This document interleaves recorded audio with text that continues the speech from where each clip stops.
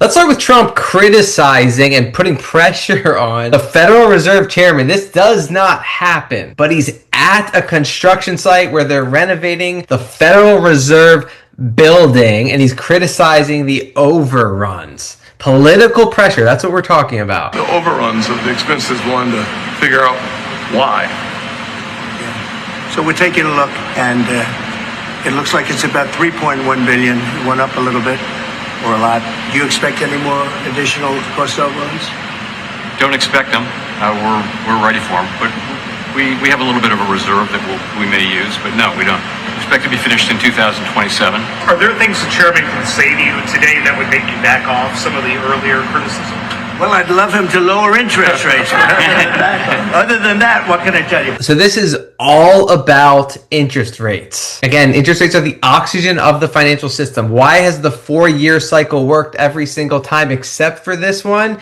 Because every 4 years, the US government has to refinance trillions of dollars of debt. When interest rates are high, it costs the US government hundreds of billions of dollars. Right now, they're high.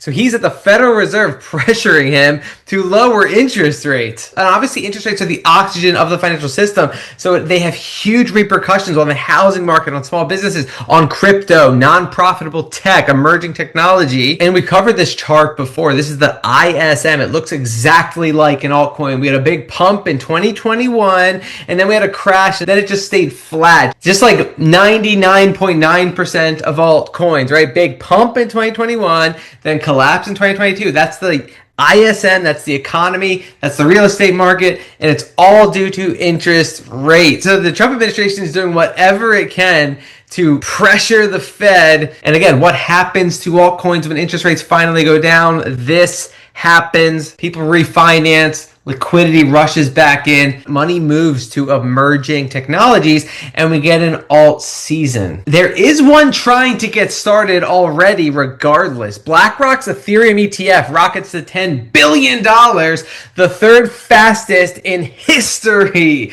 So the enormous BlackRock company selling Ethereum to Wall Street, the third fastest growing ETF in history. That's what we're talking about. First it was Bitcoin, now it's Ethereum, then it's the Ethereum ecosystem and all the other altcoins on the planet, the high quality ones, just getting started.